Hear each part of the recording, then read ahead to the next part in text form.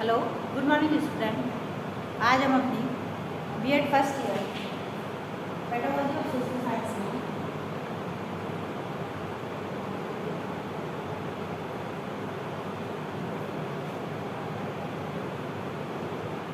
Pedagogy of social science में हमारा जो प्रकरण चल रहा है सामाजिक संस्कृति।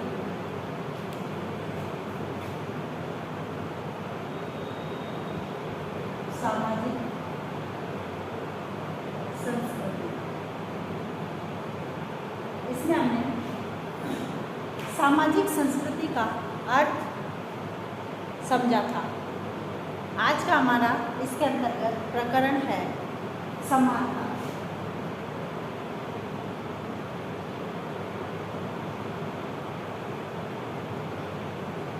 सबसे पहले है समानता का अर्थ। समानता होती क्या है? जैसे कि हम सभी जानते हैं कि समानता यानी सभी को समान अवसर उपलब्ध कराना।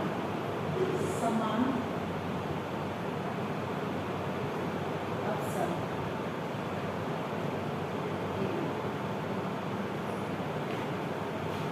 यानी जब हमारा भारत देश आज़ाद हुआ, इस आज़ादी के पश्चात जब संविधान का निर्माण किया गया, तो उस संविधान के निर्माण के बाद इसमें व्यक्तियों को कुछ अधिकार दिए गए, जिसमें से समानता भी व्यक्ति का एक अधिकार है। तथा समानता यानी बिना किसी भेदभाव के व्यक्ति को समान अवसर दिया जाना। यानी कोई भी व्यक्ति हो, चाहे वह निर्धन हो, चाहे वह गरीब हो, किसी भी जाति का हो, किसी भी धर्म का हो, किसी भी प्रदेश का हो, किसी भी भाषा को जानने वाला हो, किसी भी देश का हो, किसी भी शहर का हो, स्त्री हो, पुरुष हो, बालक हो, बालिका हो, इन सबको समान रूप से अवसर दिए जाए। यानी ऐसा अवसर सही अर्थ में भारतीय समाज के प्रत्येक व्यक्ति को मिलने से ही देश में लोकतंत्र की स्थापना हो सकती है। क्योंकि लोकतंत्र में क्या है, भारतीय लोकतंत्र जो है वह यह कहता है कि सभी व्यक्तियों को समानता के अवसर दिए जाए। और यदि हम समानता का अर्थ लगाए तो सभी के लिए एक प्रकार का पाठ्यक्रम होना चाहिए, एक प्रकार की शिक्षा होनी चाहिए। यानी चाहे बालक हो, चाहे बालिका हो, अमीर हो, गरीब हो, चाहे उसकी कैसी भी स्थिति हो, प्रत्येक क्षेत्र में उसको समानता के अवसर दिए जाने चाहिए। तो इस प्रकार से समानता से तात्पर्य है कि जो पाठ्यक्रम चलाया जा रहा है उस पाठ्यक्रम में भी सभी को समान अवसर दिए जाए। यानी शिक्षा में समान अवसर से तात्पर्य हुआ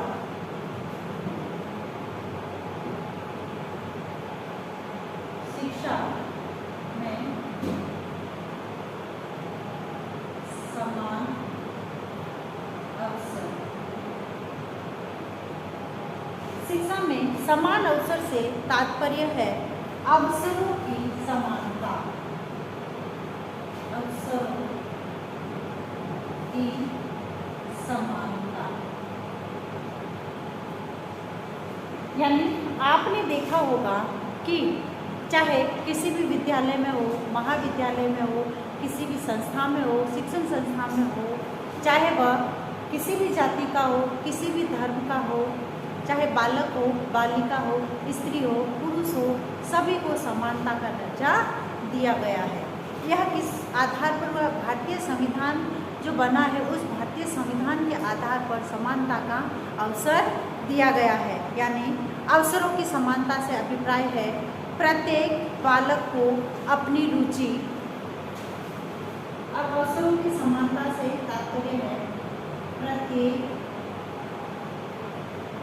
बालक को अपनी रुचि, योग्यता, अपनी रुचि, योग्यता, आवश्यकता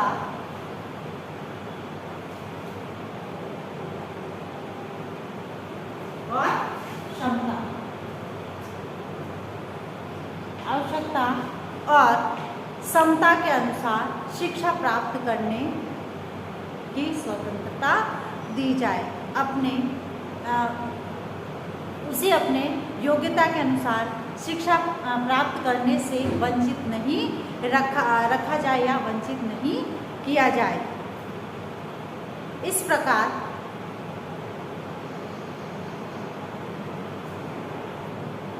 यानी उसको अपनी योग्यता के अनुसार जो है धन के अभाव में बालक या बालिका को कुंठित ना होना पड़े, इसलिए सभी को समानता के अवसर दिए गए हैं। अब प्रतिभाओं को साधन के अभाव में व्यक्तियों को दबाना ना पड़े, यानी साधन के अभाव में चाहे व्यक्ति के पास धन हो या नहीं हो, उन साधनों के अभाव में वह अपनी प्रतिभाओं को दबाए ना और कुंठित ना होना पड़े। इस प्रकार की भावना जनतंत्र का आधार होती है। इसी प्रकार प्रत्येक ऐसे स्थान पर कार्य करने का उसे अवसर दिया जाना चाहिए जिससे वह योग्य बन सके, चाहे वह किसी भी जाति का हो, चाहे वह किसी भी धर्म का हो, किसी भी देश का हो या किसी भी शहर का हो। उसी के आधार पर सभी व्यक्तियों को समानता के अवसर दिए गए हैं और स्वतंत्रता के समान समानता भी व्यक्ति के लिए विशेष आवश्यक है। जैसे स्वतंत्रता व्यक्ति के लिए आवश्यक है, वैसे ही व्यक्ति के लिए समानता भी आवश्यक है। और यदि बालक या व्यक्ति को समानता नहीं मिलेगी तो उनमें कई प्रकार की अयोग्यताएं विकसित होगी तथा इसी आधार पर समानता के आधार पर ही हम व्यक्ति या बालकों में कई योग्यताओं का विकास कर सकते हैं।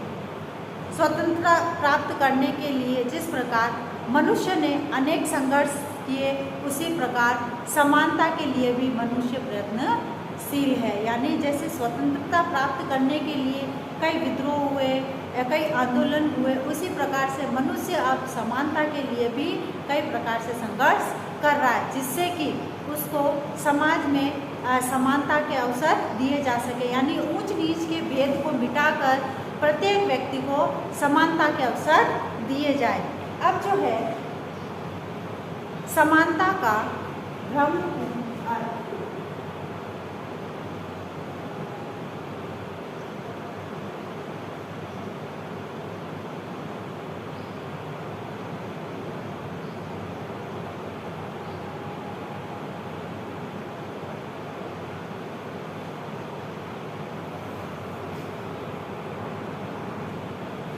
अब जो है समानता का ब्रह्मपूर्ण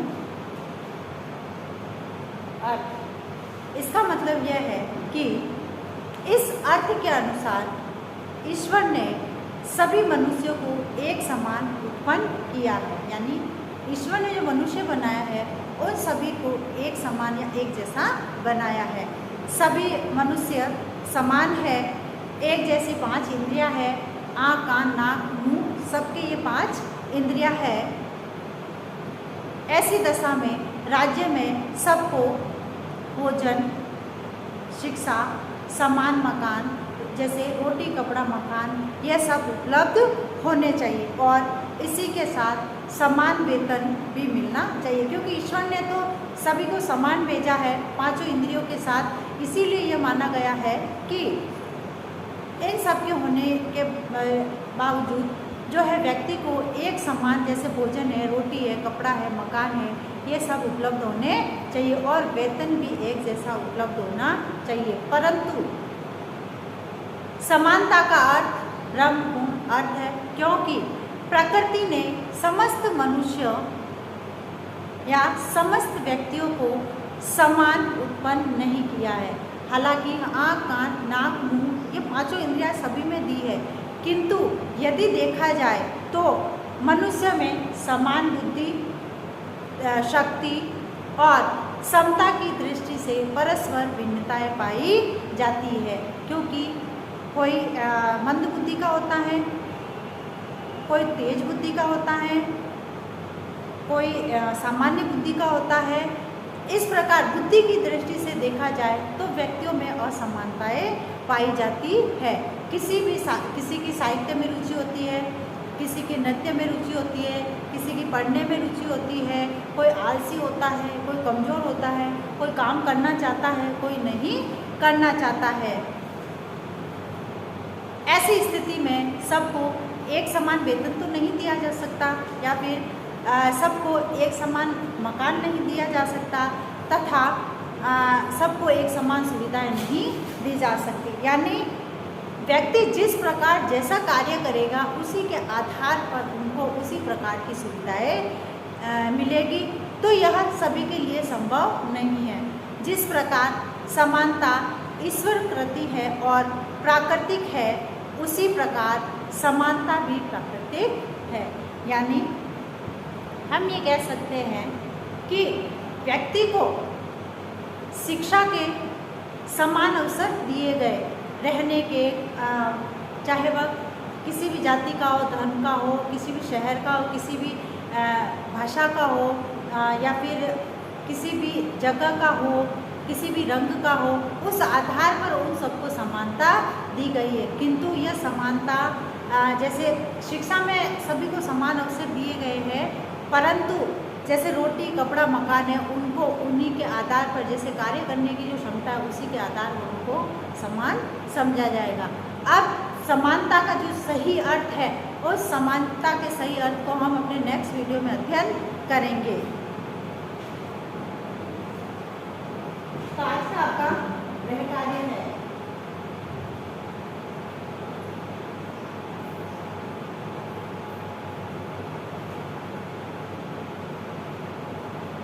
समानता का क्या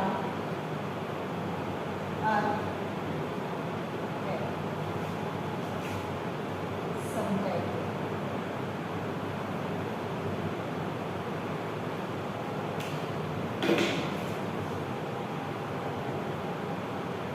घर से बाहर निकलते समय मुंह पर मास्क लगाए, कपड़ों से अच्छी तरह से ढक के रखें, हाथों को सैनिटाइज करें, साबुन से धोते रहे, 2 गज दूरी, मास्क है जरूरी, बी स्टैंड बी स्ट्रॉन्ग। धन्यवाद।